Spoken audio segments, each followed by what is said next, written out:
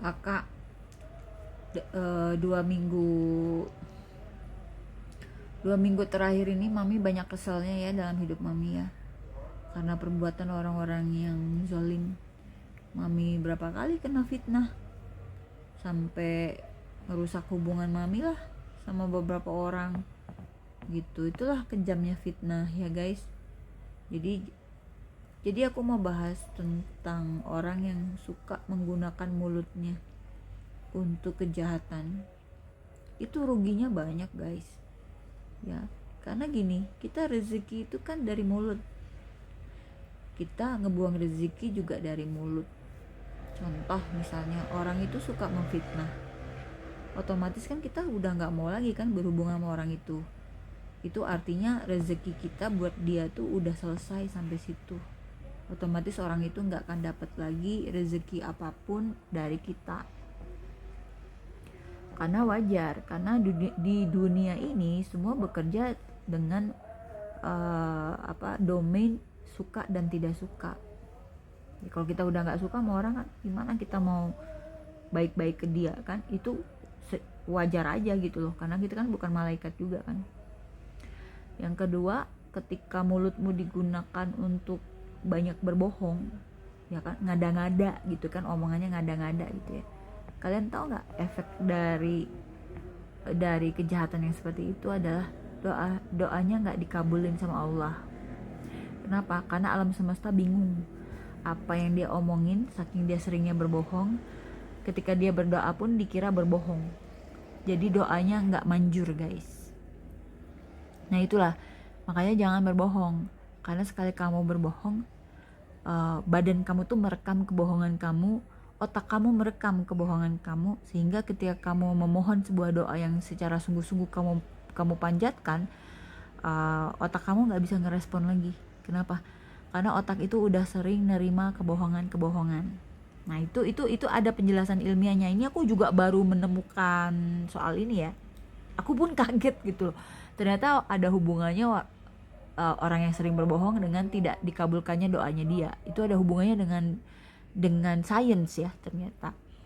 Nah, jadi kalau orang Islam itu kalau kita kena fitnah, sebenarnya memang sih kita dihancurin ya sama orang itu. Tapi yakinlah, janji Allah itu barang siapa yang memfitnah kita, maka dosa kita dia yang tanggung.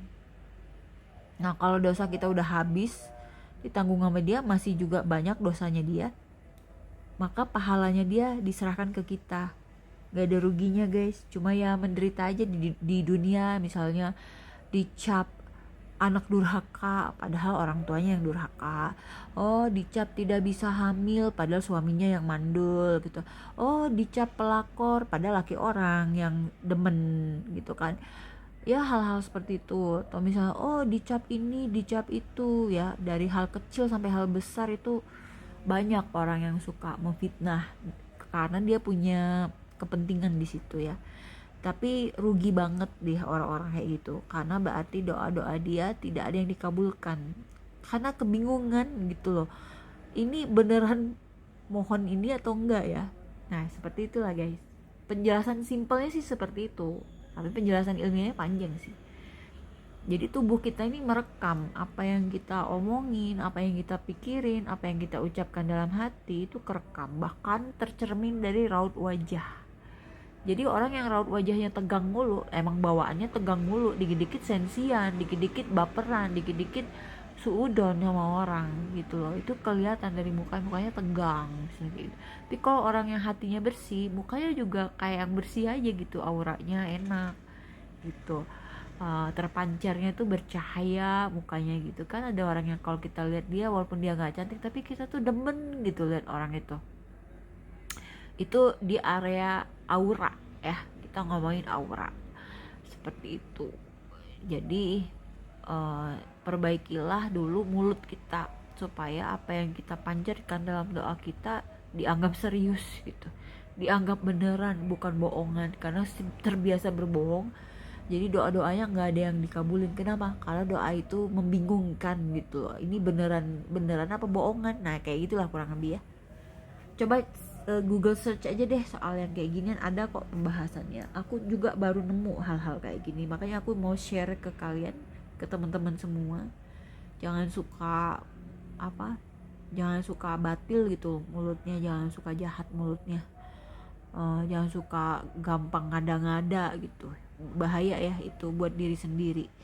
Ingat aja omongan Vita, sahabat aku, yang bilang kalau aku berbuat baik itu karena itu buat aku, karena kebaikanku untuk diriku, dan kalau aku berbuat buruk itu untuk diriku, keburukanku untuk diriku, kebaikannya untuk diriku. Jadi semua balik ke diri kita akhirnya. Kalau kita jahat sama orang itu akan balik juga ke kita. Misalnya gini, penjelasannya itu kurang lebih seperti ini ya. Ketika kamu baik ya, belum tentu orang yang kamu baikin yang ngebales, tapi Allah akan ngebalesnya dengan cara yang tersendiri. Ketika kamu jahat ke orang, Allah akan balas dengan lebih sadis lagi loh. Seperti itu udah banyak kejadiannya. Pokoknya kalau ngomongin kayak gini serem deh guys. Gitu guys ceritanya. Lihatlah anakku dua ini, maknya di sini. Ini anaknya. Inilah malam-malam kalau udah santai kayak gini nih guys.